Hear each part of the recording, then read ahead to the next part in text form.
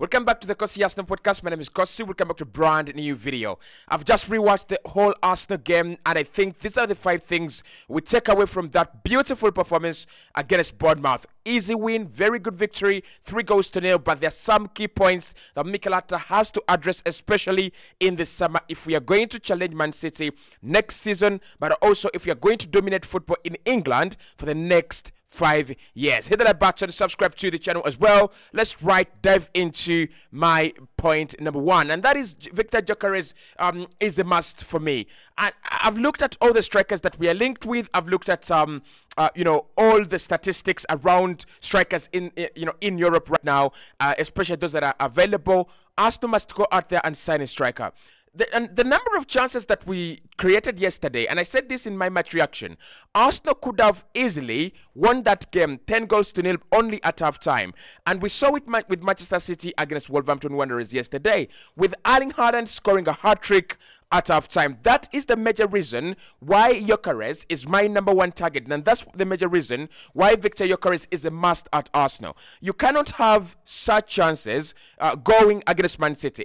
Let's say Manchester City draw against Tottenham, or they draw one game, and then we go into the last game of the campaign, on level points, right? And Arsenal have to win their game, and Manchester City have to win their game, and it's going to be decided by goal difference.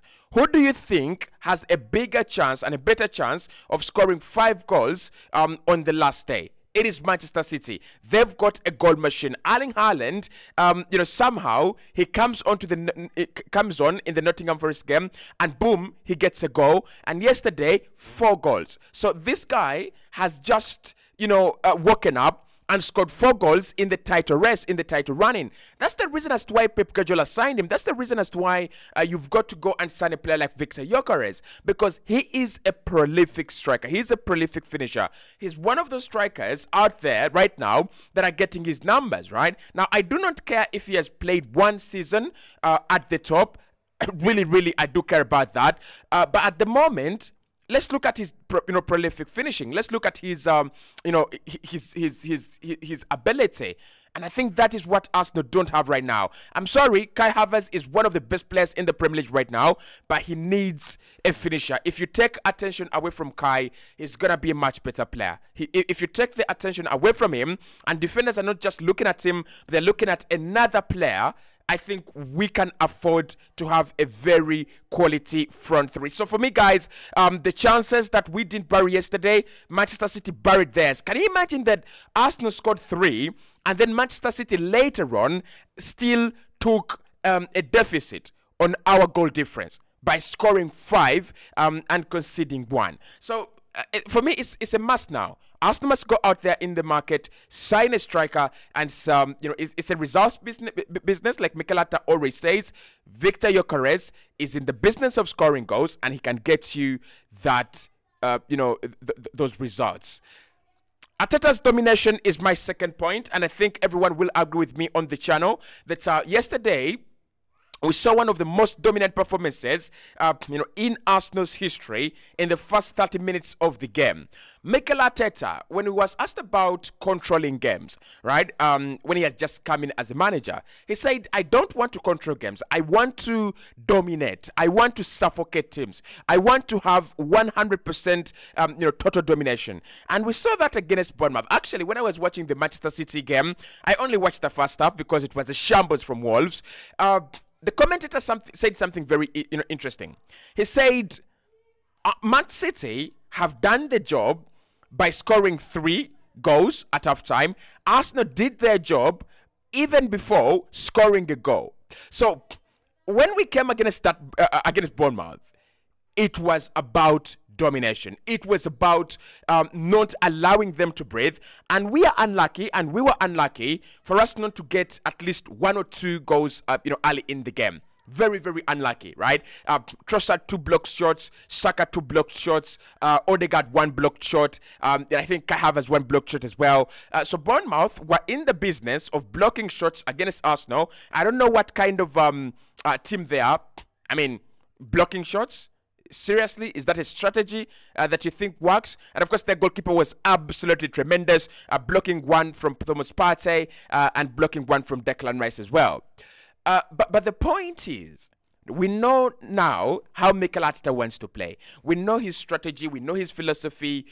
We know what Arsenal is going to be like going in the future. When you add the likes of Thomas Partey, fit for whole season, and then you add the likes of Timber to this Arsenal lineup, it's going to be interesting. I can't lie. It's going to be interesting, and it's going to be absolutely over-the-top football from Arsenal. I pray, and I really, really want us to dominate teams like Madrid, dominate teams like Bayern. I want us to dominate at the very top, because when you dominate at the very top, you have a chance to becoming the next Barcelona. You have the chance to becoming the next Bayern Munich, right? But Bayern have not really dominated European football for a long time, but Barca have, and Madrid have as well. And I want us to win at least the Champions League back to back. I would love to see Arsenal do that, right? So that Mikel Arteta domination is the future, and that's how our football is going to look like.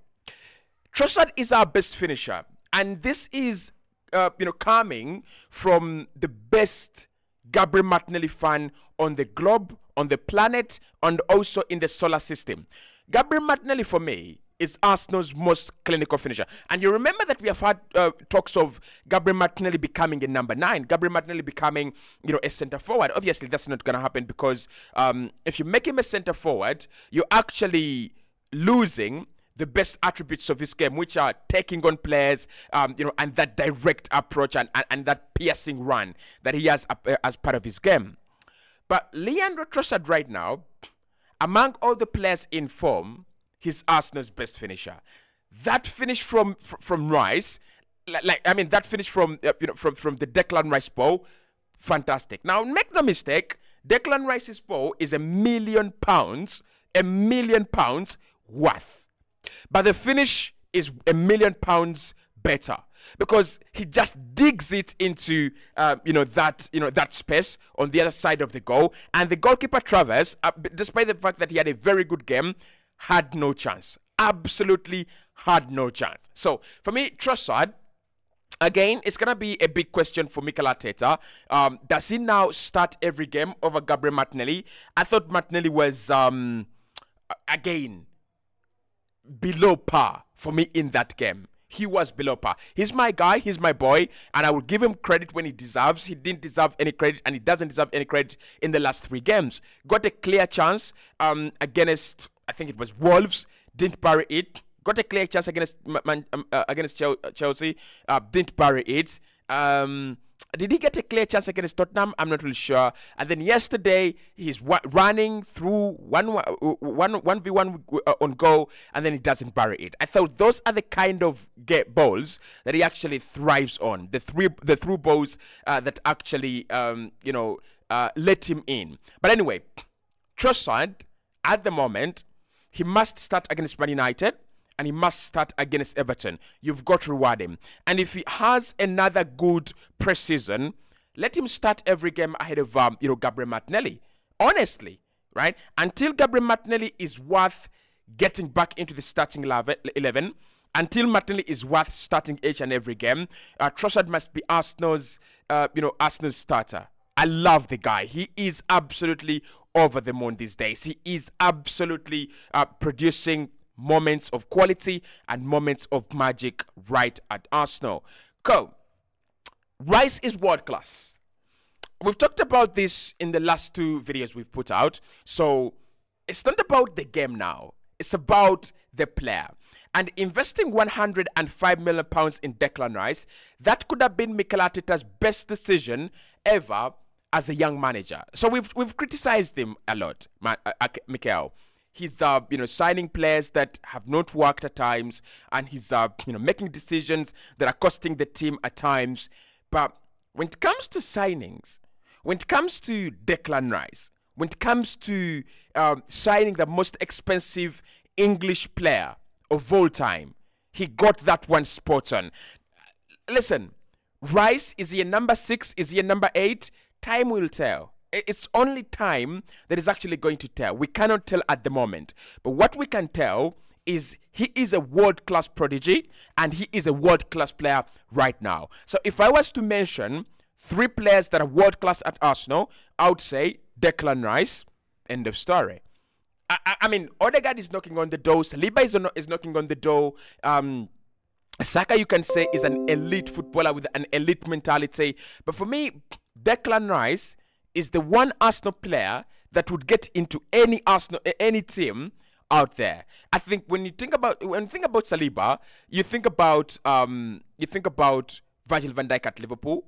You think about Bastoni at Inter Milan. You think about you think about a couple of centre backs, right? So I don't think Saliba goes into every team. You think about Rudiger at Real Madrid, but I think Declan Rice goes into every team on the planet right now. Like, the fact that Mikel Arteta has made him an 8 means that he can slot alongside Rodri. Because for me, the only team he wouldn't go into is that Real Madrid side. Is that Manchester City side. Madrid obviously would go into there. But because Mikel has showed to us that he can play alongside Rodri, because he's got that ability to showcase his long legs, and his passing range is also very good. So you can play him as an 8. Rice is a world-class players, guys. He's a world-class player. Like, his determination to Arsenal and his dedication to the game is unreal. His work ethic is unreal, and his output is unreal as a player. 7 goals, 7 assists. That is what Granit Xhaka had last season, right? And I told you, he's not a goal scorer. I'm sorry. I didn't see this coming as well. I mean, when we go back into the books and when we go back into the records in the summer, this guy had scored around 8 goals in 8 seasons for West Ham, right? And our problem was he doesn't score enough goals for a midfielder who's 100 million. And I think that was the same thing that Simon Jordan was talking about, and that's the conversations we had on TalkSport as well. That he is a 100 million pound signing. He's got to score more goals. The guy has scored more goals. There is nothing we are asking of Declan Rice right now. Simply world class, and I hope Arsenal can actually even get much more from him. We are 2 signings away from being the complete team. Disagree or agree with me, we are 2 signings away from being the complete team. Now, who are those signings and in which positions? That depends on Mikel Arteta. In my eyes, you get a striker and you get a permanent number 6. This Arsenal team is ready to go. Because one of the things that made Manchester City unstoppable was those 2 players, Rodri and Kevin De Bruyne. The partnership of those 2 players has made sure that Manchester City win the treble, try to defend the treble, and they could win the double. Imagine from winning the treble and then settling for a double. That is absolutely insane. It's absolutely over the top. Absolute sins and quality. So for me, Arsenal are 2 signings away. I love Thomas Partey. If he's going to stay fit for the next 2 years, keep him and let him be our main man. If he's not going to stay fit, if the physios, we need to talk to the doctors, right? They need to be honest, and they need to be honest right now. Is Partey going to be fit for the 24, 25, 26 campaign? What are their predictions, and what are their honest anticipations? If Partey can be fit, right? If Partey can be fit, nothing's stopping Arsenal. Nothing is stopping Arsenal. But the problem is we're going to come from preseason. Partey gets a knock. It's a thigh injury. It's a calf injury, and he's out for 3 months. And Arsenal will lose to Fulham, will lose to West Ham, and will lose to Nottingham Forest. And then we reach the final part of the season. We win each and every game, and Manchester City are breathing down our throat, right? So for me, to be honest, I think, and I've got to say, we are 2 signings away. 1 in midfield, and then 1 is up top. I don't think Mikel Arteta should be desperate about signing a striker. The next signing Arsenal must make, the next big signing Arsenal must make, is got to be a striker. You've got to sign a striker. You've got to sign a guy that is going to guarantee and warranty you goals. Like, you need a package that has 12 months guarantee, Return if he doesn't score goals. That is the package we need. From Sporting Lisbon, from Newcastle, wherever we get it, there must be a guarantee and a reliable warranty.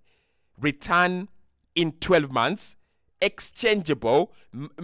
There is return of money if he doesn't score goals. Because if we get a goal scorer, Lord have mercy on teams in the Premier League and in Europe as well. I'll speak to you right in the next one.